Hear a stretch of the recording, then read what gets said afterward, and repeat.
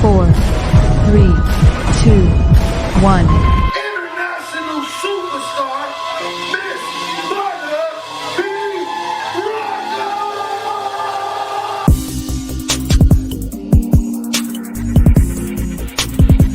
You are now tuned in to Butter B Rocker on Transparency Talks Podcast.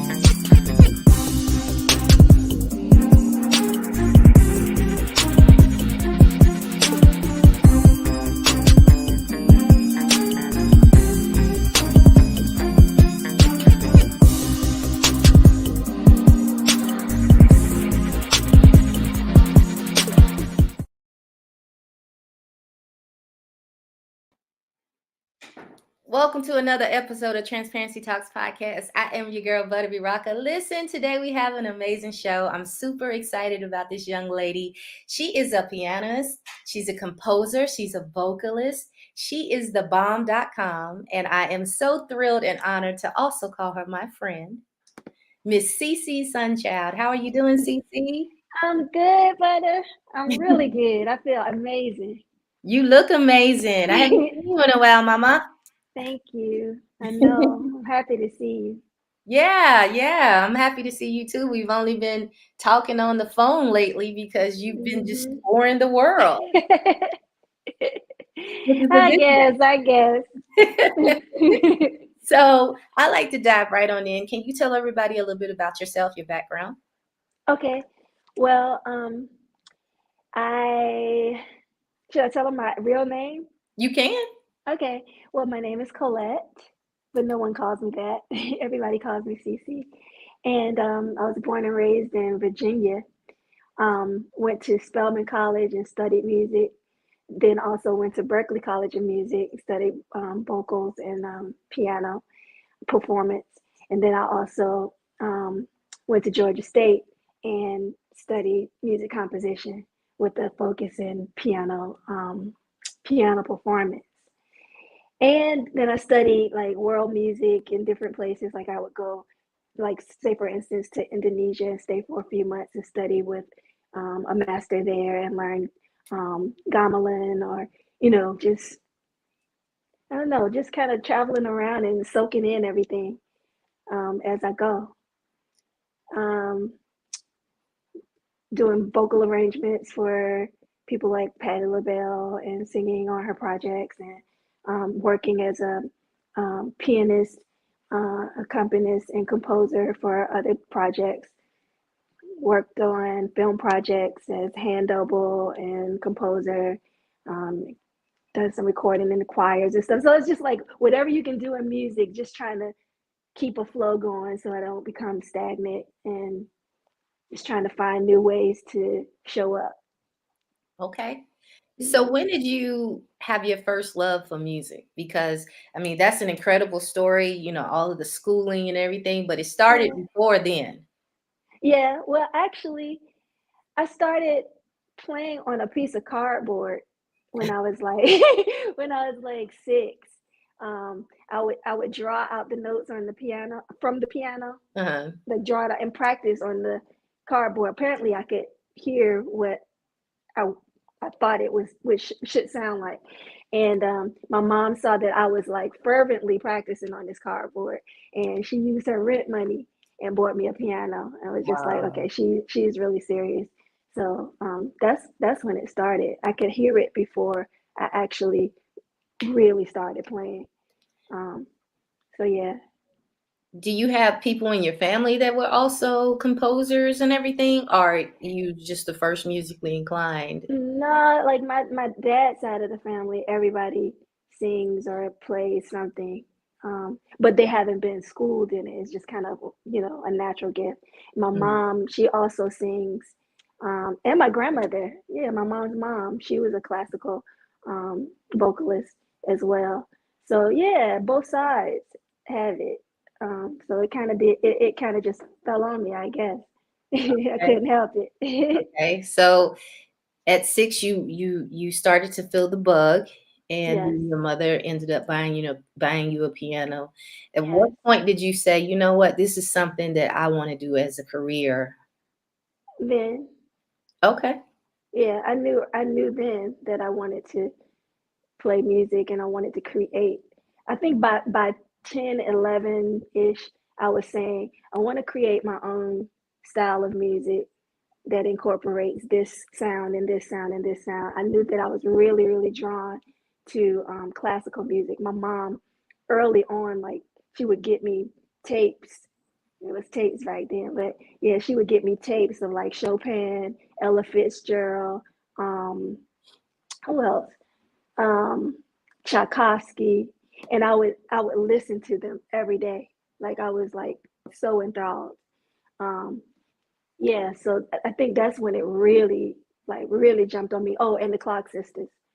So it really jumped on me. So, but those styles were all over the place. Like, you know what I mean? It's like totally different genres of music. Mhm. So I knew that I wanted something. I wanted to express something that incorporated or encapsulated all of those things. So, Okay. So you went to Spelman and then you traveled to other places like Indonesia, which is, mhm. that's not a normal thing to say, yeah, I'm gonna go study It, over here piano and I'm gonna go study classical over here. That's not normal. So that that really, helped, I would think, with your diversity and your range, of styling. Would you agree? I totally agree. Yeah, I've always like really been interested in other cultures and other scales and polyrhythms, and like it always felt like it was kind of in my body. And I remember when I was younger, people would say, What you need to like," because I started writing really early, like, and they would be like, you should. It's too complicated. You can make like 10 songs out of the one you're creating. Why don't you just simplify it? And for a while, I did try to like fall into the box of simplification, but it wasn't natural. It was just like, oh, but this is what I feel. And they'd be like, but where's the beat? And I'm like, it's right here. You know what I mean? I'm like, but I don't understand. So I had to learn early to trust what was in me and trust my instinct, as it relates to just expressing what's true to you Mhm. musically. Mhm. So you're a writer, a singer, a composer. What do you hear first when you're coming up with the song? Ooh, let's see. Okay, it's between the melody and the rhythm. Like sometimes the rhythm will come first. It's like, and then I might hear la da da da, you know what I mean? So, but then sometimes it's like,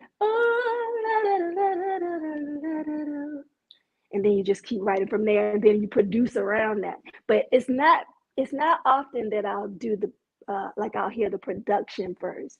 Every now and then I will, though. Like sometimes I'll just wake up and I'll hear this whole symphonic thing, and I'm just like, okay, let me put that down, and then I'll write melodies over top of it. But that's usually the last thing. Hmm. Yeah, yeah. Okay. So I want to talk about the pandemic. Oh, And of course, we all know that it affected us, mm, especially in the music industry. And and health wise and everything like that, but I mm, want to talk about the positive side of it. What did it mm. force you to have to do? Because to me it birthed a lot of creative, Oh, girl. you know Yeah, absolutely. Yeah, for me, it was a beautiful reprieve, to be honest, because before that, we were starting to gain so much momentum in being busy, like just doing, going, trying to keep up with this and find this, and you kind of, it's almost like I felt like I was falling out of myself. Like I couldn't remember my whys, and I couldn't remember, like why am I doing, what is this for? You know what I mean? And hmm so the pandemic kind of, it set me down, and it set us all down, you know what I right. mean? And it's just like, stop for a second. Who are you? What do you really want to be doing? Um, being still again and going outside, sitting on the porch, growing your foods and drinking tea in the morning and doing meditation by a tree. Like I didn't have the time to do those things that brought me life and joy and inspiration and flow before. You know what I mean?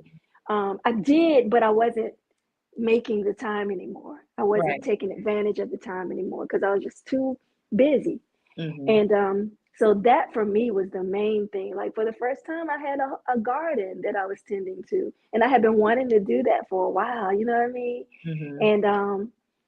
And but the other side of it is still, which is still good.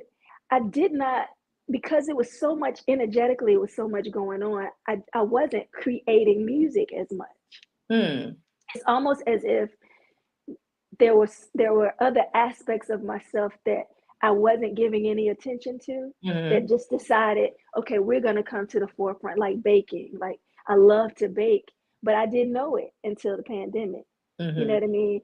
I didn't know I had a real gift for that, or like I said, doing the garden thing, um, or really bringing my healing arts business to the forefront, because there were so many people who were hurting or who were confused or who weren't sleeping, or who were really stressed, that needed assistance. And so it's just like, okay, let me provide this for people. I do this, you know what I mean? I can help you to sleep, or I can help, give you a space to talk some things out, or just play some music that I know it's going to, the frequency of it is going to go to a certain place in your body or in your emotions to help you, assist you during this time. So all of those things, you're right, were birthed out of this time of, I guess, what we would have thought to be chaos, of sorts, or Yeah. even trauma of sorts.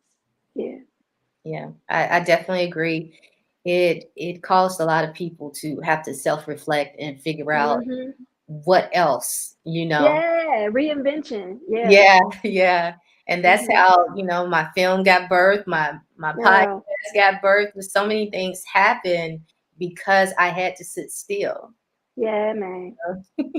That's it, man. For real. Yeah. So as a performer and entertainer, how important is it to take care of yourself? Because, as you know, we're out there and we're running, we're going. You see us at these hotels, you see us on stage, but it's Hmm. really important to take care of yourself because you can Mm. mess yourself up. Man, listen, we take so much for granted, you know what I mean, when it comes to our gifts sometimes, we'll just go and go. We get really tired. We're not getting enough rest.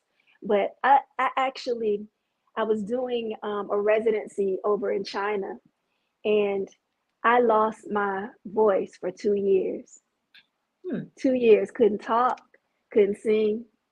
And so before the pandemic, that happened. And so it was almost as if it was causing me to start trying to change gears and look at how I treat my body, um, in a different way. You know what I mean? Taking it more seriously. Singing every day, for hours on end. That's not for me. Now that might be for somebody else. Right. But why I thought that was supposed to be my jam? Mm-mm. My voice leaving showed me, like, nah, this is not what you do. You know what I mean? Yeah. And unfortunately, a lot of times we get sick before.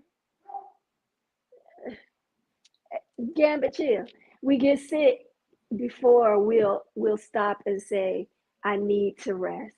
You know what I mean? Or I need to drink more water, Hmm. or or especially even mental health. You know what I mean? Like, we won't stop to take care of those issues and find out what the root is of certain things. Why are we responding to certain things this way? That stuff comes through your music. You know what I mean? It comes Hmm. through your expressions, because it's energy, Yeah. and you're the holder of this energy, and it's got to find places to come out. So Yeah. yeah, it's really important to take care of ourselves and make sure that we're getting everything we need, and putting ourselves first, and not always feeling like we need to sacrifice ourselves for our families or for our loved ones all the time, or anybody else's ideas, or needs. You can't, what they say on the plane, you know what I mean? You got to put your little mask joint on Right. first before you can help anybody else. Hmm. So yeah, put your mask on. That one, the one that gives you air in a Hmm. situation, So yeah. I just recently got a call to head over to Asia, and the contract, the 6 nights, Man, that jaunt is crazy. never been for me. Never, never been for me. And I don't know why I thought it was cute to try it though. That was so funny. I know now. No, sir, no, ma'am. Yeah, you know what I mean? It's harsh. It's very harsh. Yeah. I think for me, because the first tour I did was over in Ethiopia, and that was only 4 nights, and it was only 2 sets. So it wasn't really like, a whole lot. But then the Asia contract. Even that. Yeah. Even that is still a lot. Yeah. Even that is still a lot. But the Asia contracts that I've been receiving for years now, and just, received another one, there's 6 nights, 3 to 4 sets, the 7th day you rehearsing. I'm like, no, that's never going to interest me. But now, for me, it was just me. So there was no rehearsal or, whatever. But that 6, 5, I think I was doing 5 nights, but you're so tired after doing that much that the 2 days don't feel like they happen, because you just want to rest, what I mean?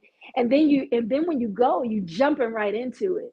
It's like, wait, I just came from the other side of the world. You know what I mean? When do I get to catch up with the time? You know what I mean? Yeah. So that was definitely an issue, because I came in tired.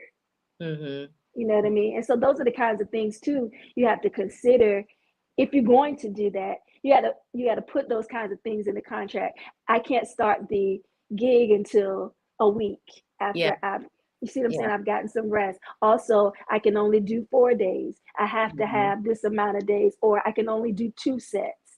You know what I mean? Yeah. Because we're not robots. We're not machines. Yeah. Yeah. But I don't think it clicks.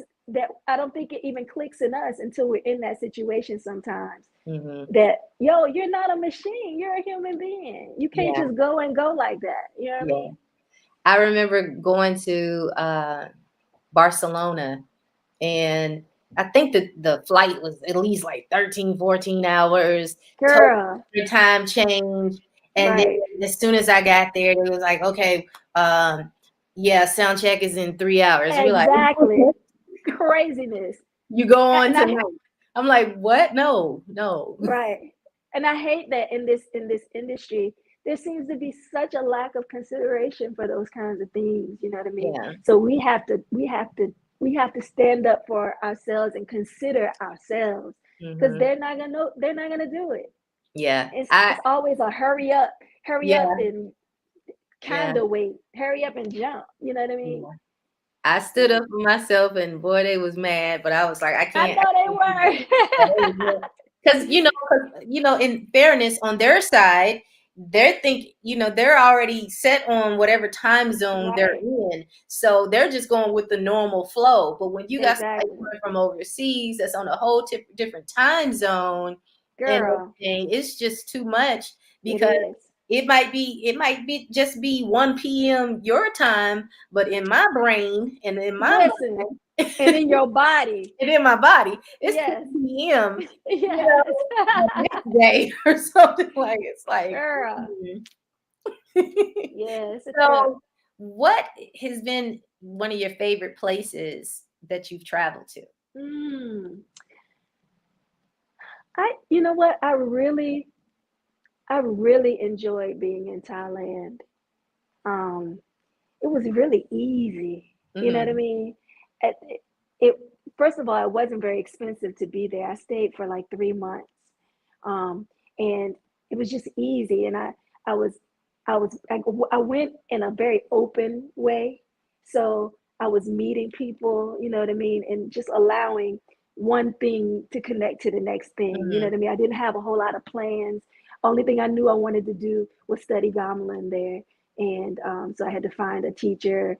And a lot of times I didn't like where I may not have really liked where I was staying. So finding new places and finding ways to get there, seeing new sights, eating good food, fresh fruit, sweet, juicy. You know what I mean? It was just really, really lovely. And it was while I was there that I decided to go to Indonesia, which would probably be my second favorite. Because in Bali, like I was so immersed in the culture, you know what I mean? Because I had a really close relation. I gained a really close relationship with the guy that I met, who ended up being my driver on a motorbike, right? So he would take me to these different families' houses, and I would do, you know, like homestays with people, and like help them prepare for their rituals and stuff like that. So it was really nice. I can't wait to go back to Yeah. Asia. I haven't been to Indonesia before. Girl, you're gonna love that joint. Yeah, I'm You'll looking love it. forward to going there. It's definitely some places I still haven't been. I've been a lot of places, but I haven't been there. And you make it sound very nice. It's beautiful. It's beautiful. You have to go to Bali. You just seem like you would just live it up over there. You would love it. I'm sure I would. So what's your favorite music genre? Because you do play a lot of different styles. Oh, now that's a challenging question for me. I don't know that I have a favorite. I would probably stick everything into world music. You know, I think the cultural musics and their differences. You know what I mean? Excuse me, I'm having an interview right now. Thank you.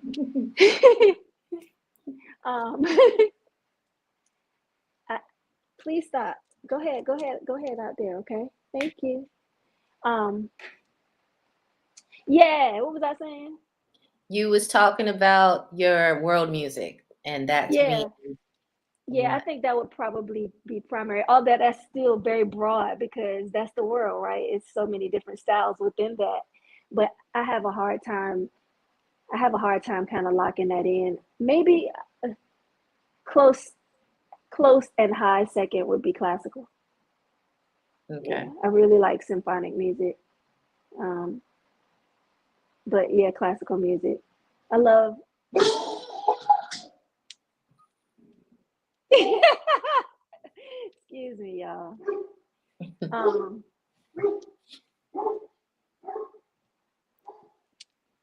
So we are talking to Miss CC Sunchild and her roommate's dog. And her roommate's dog.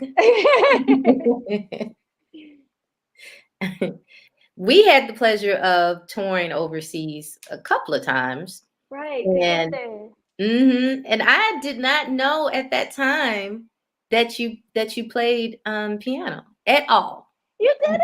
No, because I thought I played something while we were together. Yes, but that's when I found out.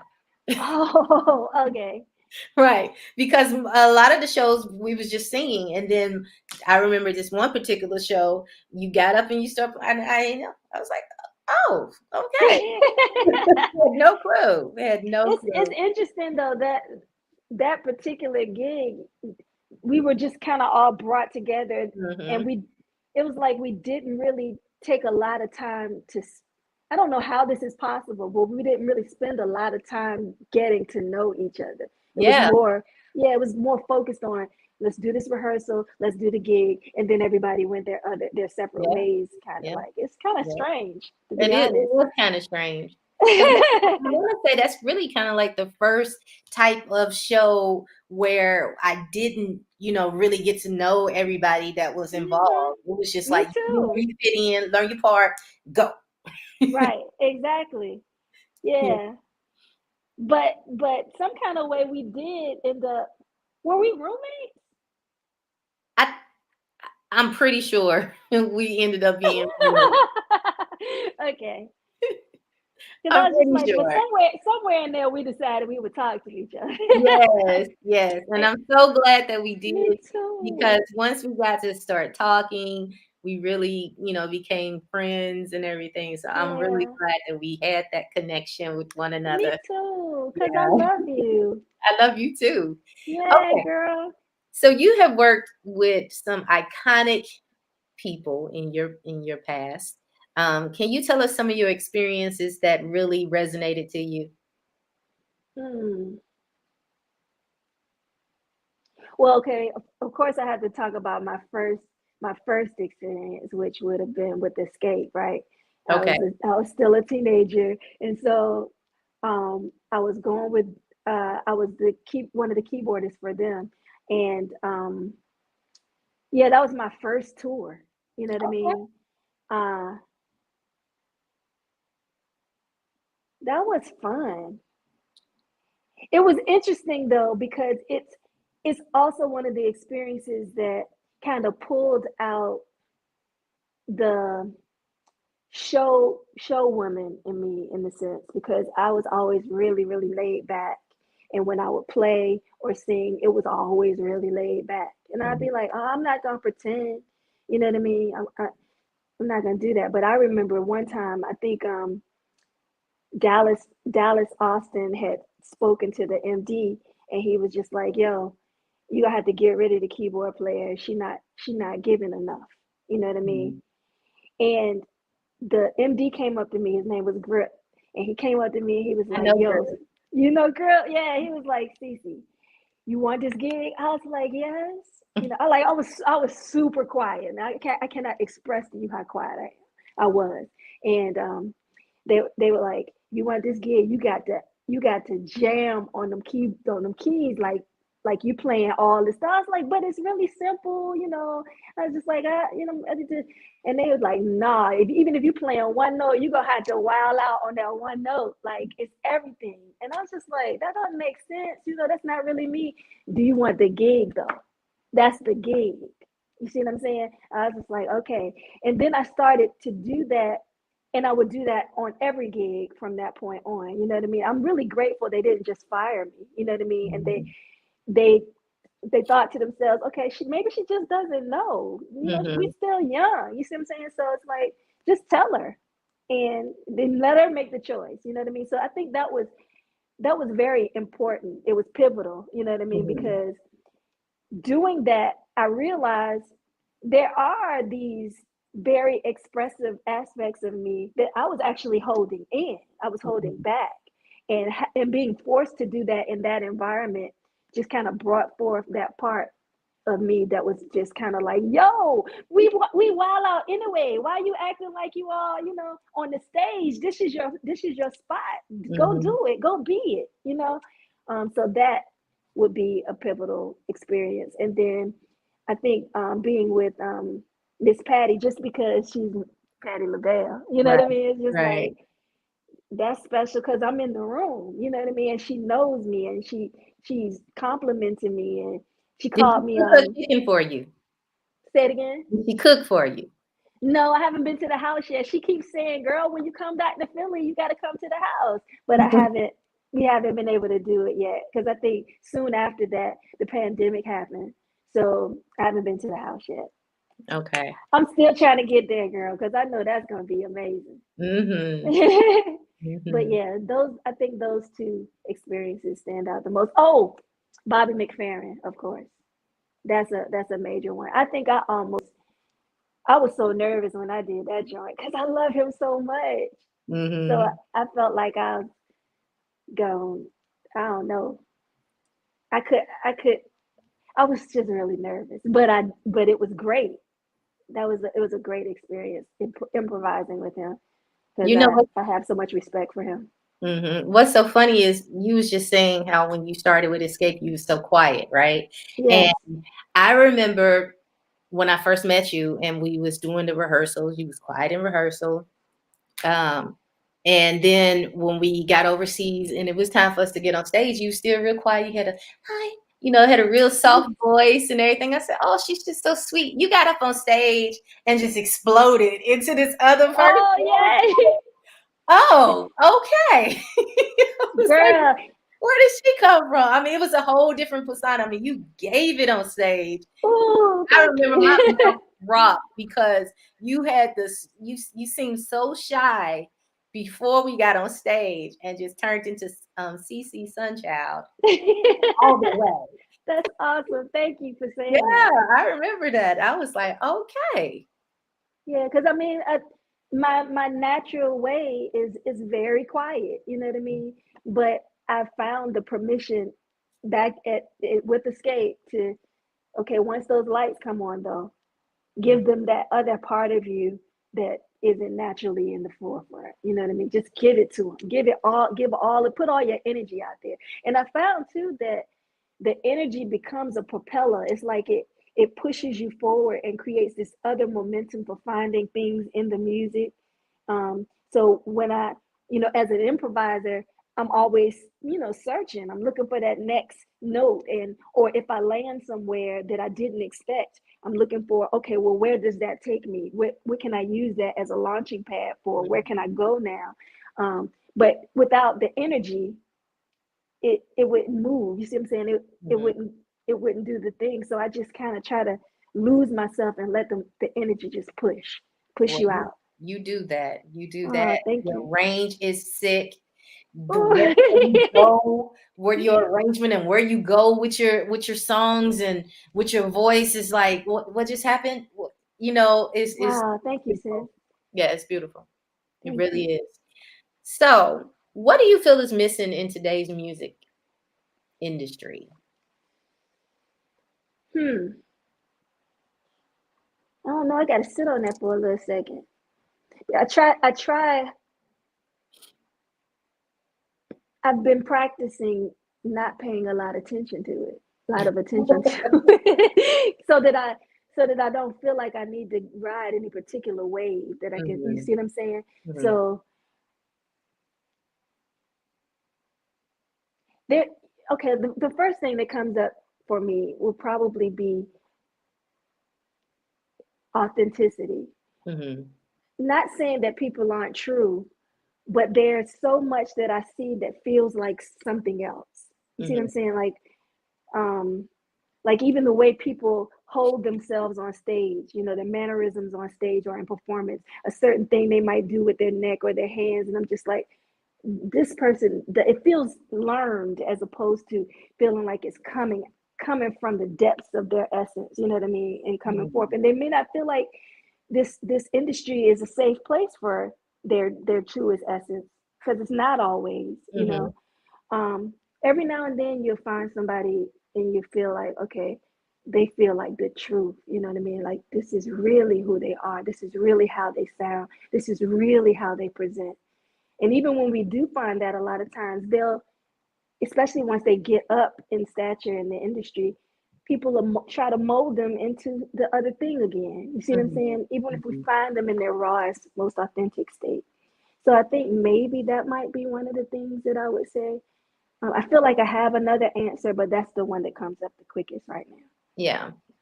Okay.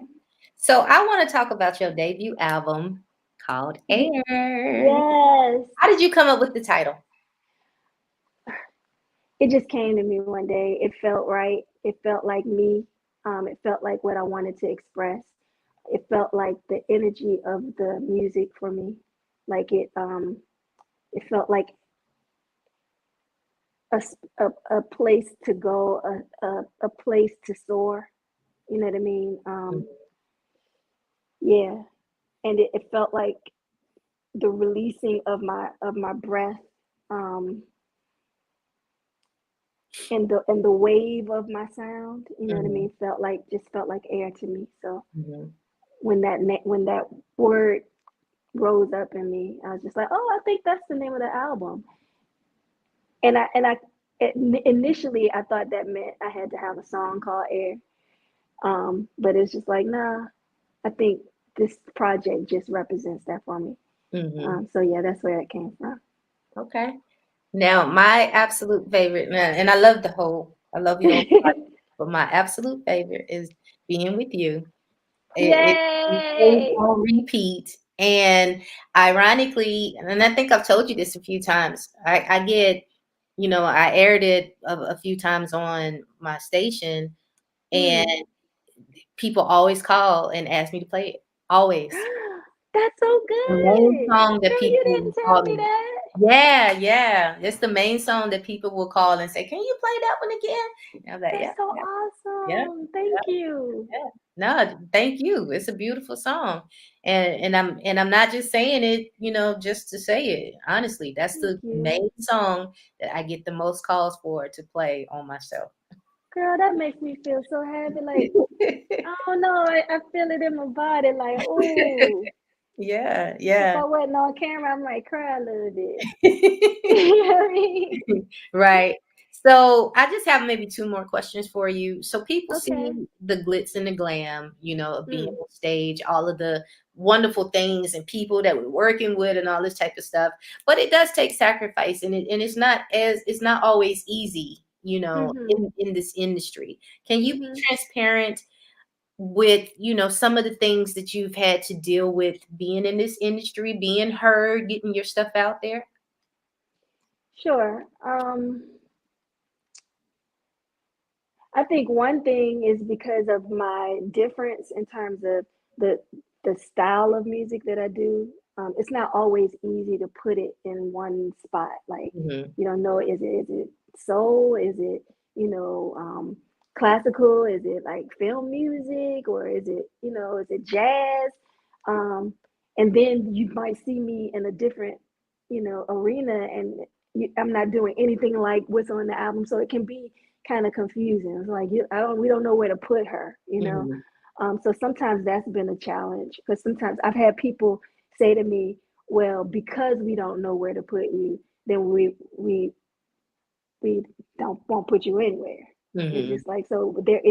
Can there be a space for me? So I have to try to make spaces. You know what I mean? Hmm. Make your own space. That's a good thing though. Actually, if you don't take it as a negative, it can be. It's like create your own space. Hmm. I think another thing um, that we both probably have dealt with as we both been in this industry a long time, you know what I mean? Is like um, being not having a certain look or like that kind of stuff just comes up.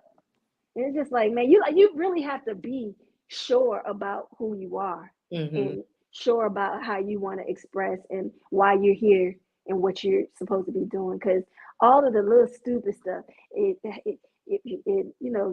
from the age of 21, they telling you you're too old. You see what I'm saying? It's just like, yeah, man, we still young. What's the deal? You know what I mean? Hmm. So just dumb stuff like that, that's ancillary and not important in this, not in the real scheme of things. You can kind of get caught up. So I think one of the challenges is just staying true to who you are and what you're supposed to be doing.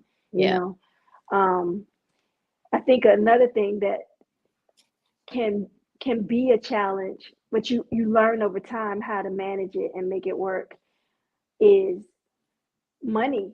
You know what I mean? Because you may be doing a gig and that lasts maybe 3-4 months and you're making all of this money. And then when that's over, then what? You know what I mean? So you, Hmm. you learn over time how to hold this little change over here until the next gig or manage your money in a particular way.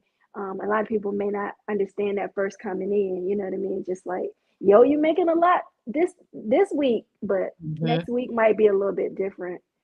Um, I think one final challenge, it still kind of falls in line with the money thing, but like insurance, saving up for the future, Yeah.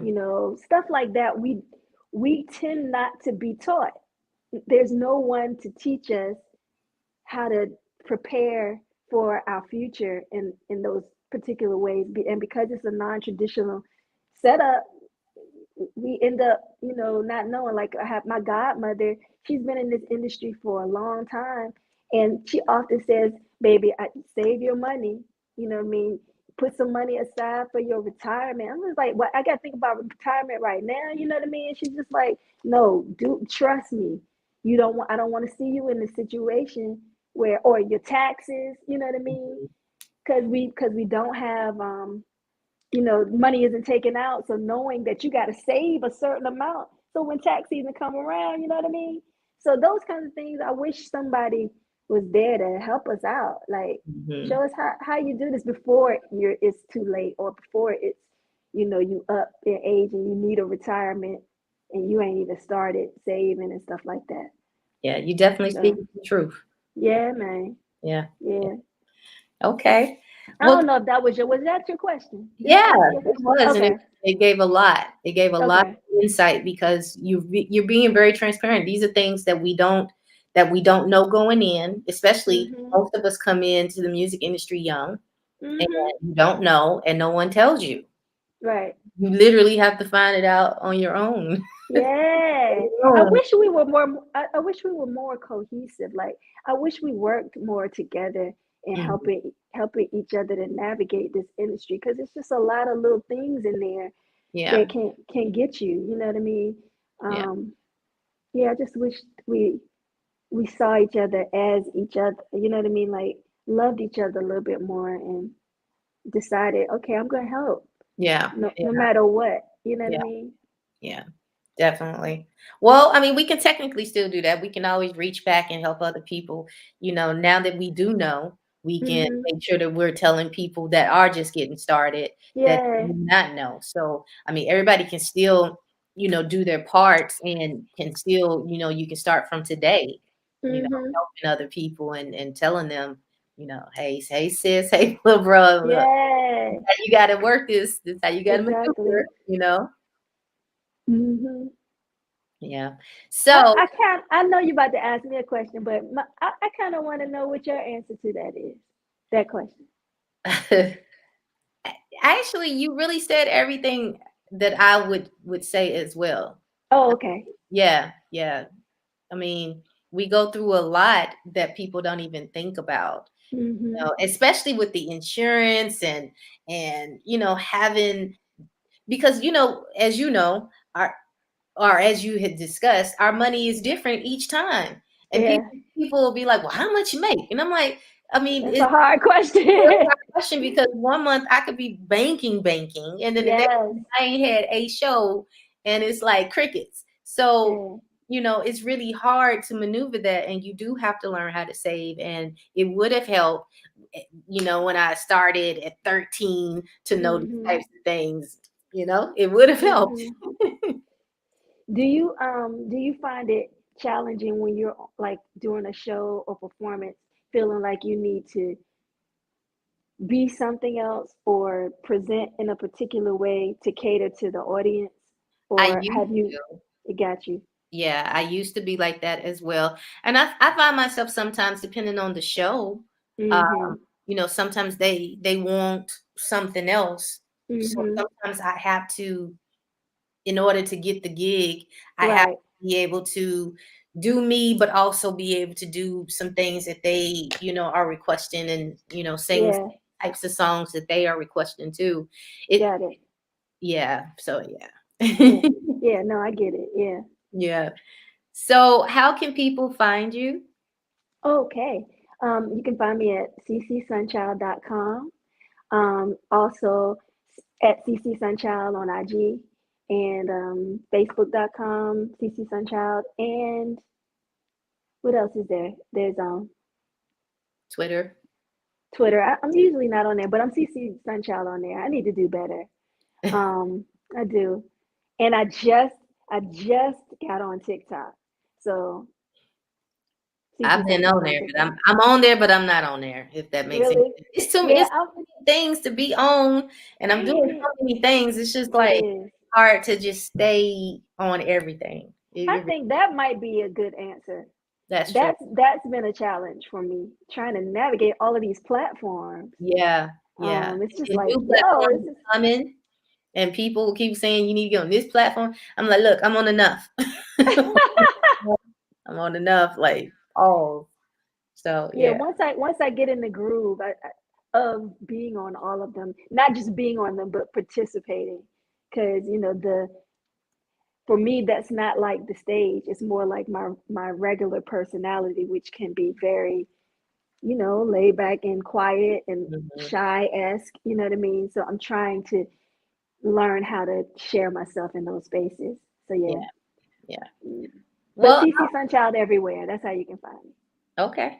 Well, Yeah. I would like to thank you so much for being transparent on Transparency Talks podcast. I had an amazing time Me talking to too. you, and I really believe you shed a lot of good light on some things, you know, on some different subjects and everything that will help some people. So with all of that being said, I would like to thank you, and we are out of here. Thank you. Thank you.